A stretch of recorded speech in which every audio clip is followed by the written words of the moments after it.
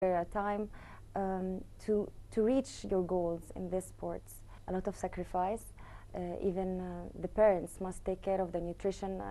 My parents used to always to take care of my nutrition. I was not allowed to eat many sweets because we have to stay fit all the time because we are wearing leotards. We have to stay light to jump high and to be good in performing. So it was really hard. I used to finish school, put the bag of the school in the house and take the bag of the training and finish training very late, then go making my homework and sleep. It was really hard, and everyone who wants to get on the podium, like I told you, and get a medal must sacrifice a lot.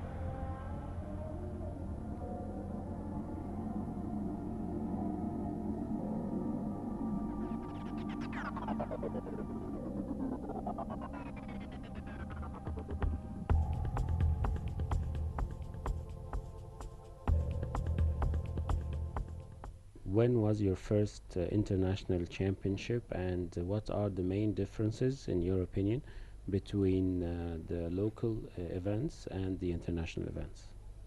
My first international championship was in 1995. It was the African Championships. I was juniors. We have two categories in the rhythmic gymnastics in the international competitions: the juniors under the 16 years old and the seniors above the 16 years old. So my first international championship was in Namibia, 1995, and I won many gold medals in this competition. And of course, internationally is very difficult because you see the gymnasts of other countries, and it's really interesting to see the other countries how they play, and you gain experience.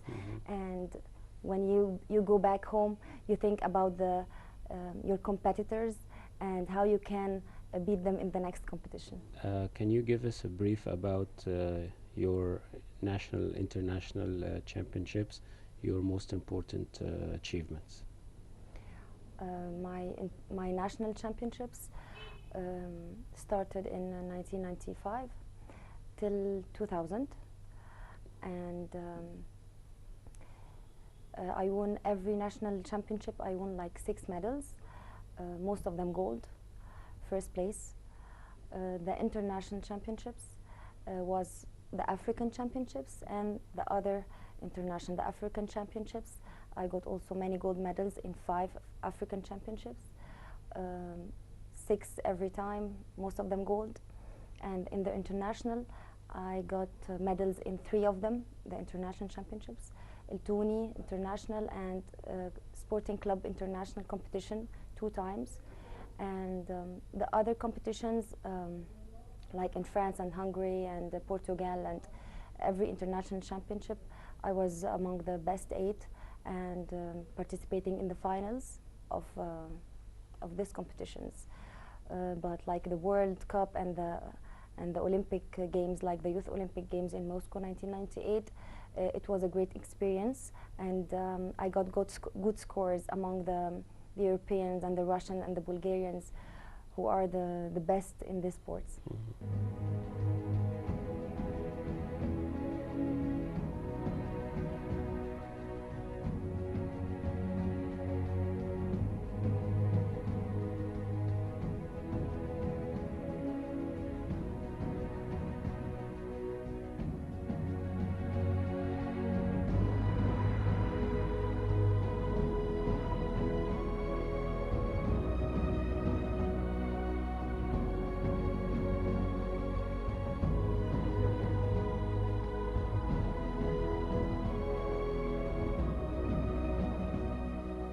What was your biggest dream as a player, and to what extent or to what degree can you say that you have done it? When I was a player, of course I was dreaming to be the champion of the world when I was young. Then I became more realistic, and I dreamed about being the first of Africa, and I achieved that dream. I was the first on Egypt and the first on Africa. And later on, I was dreaming to be a coach and teaching everything I got from this sport and my experience in this long story as a gymnast, to give it to the small girls and to choose talented girls to be also champions and representing Egypt like I did. So in my job now as a head coach, I trained the national team first, then I was a head coach in shooting club, then now I'm a head coach in Heliopolis club. I really care about the girls and the talented ones to be a good material to work with, to represent Egypt, and also to have medals for Egypt. Okay. What are the main differences between Egyptian and foreign players, in your opinion? I think the system of the country, because the foreign players, they don't have education like us. They don't study and go to school these many hours like us. And the country is concentrating on the sports, I think, more, especially on the individual sports. Here we have, they take care of it, of course, but not like outside. I think we have good talented girls. If they take care of it, we can beat the other country easily. So when did you decide to quit playing, and what were your options after that? I was playing until very late age in this sport, especially because we start very early and we finish early also. But I was practicing for long time and many years, and I was in the faculty of engineering, and I was still playing, and I was still participating in international competitions and having the best scores among the Egyptians and among the Africans. But I was in the stage like I was satisfied with my many medals internationally and nationally, and I got to have the final project in the faculty of engineering, and I couldn't manage at this time to make the project and to have many study in this faculty. It's a very hard one, and to practice, because we practice like 5 hours every day, and if I don't practice 5 hours or 4 hours minimum, I won't achieve my goals in this sports. So I quit, and I decided to continue as an architect and as also a coach and a judge in this field. And as I told you, I was dreaming to give my experience to the girls and to teach them the good techniques and make them a good choreography for their routines, and to let them participate in competitions and having many medals. And thanks God, my girls win every time many medals, and they are special in the competitions, and their performance is very good. Okay. Coaching and judging are two different tracks. Does this apply to rhythmic gymnastics or not? It's very good to be a judge also, because when you are a coach, you can teach the girls and also imagine the eye of the judge, how they will look in these movements, how they will deduct this score, and what will count and what will not count. So as a coach, it's better to be a judge also, to have a background, how the judge is looking to your girls. Okay, tell me about the system of scoring or refereeing in rhythmic gymnastics, and how are points calculated regarding the different apparatus? We have the body movements, and we have the apparatus movements, and we have the artistic part like the harmony with the music, because the gymnast must be in harmony and must feel the music and listen good to music, and the choreography of the routine. So the body movements, if you do it right, like the jumps are high, the pivots are in the right axe, the balances you have good stability, they will count it.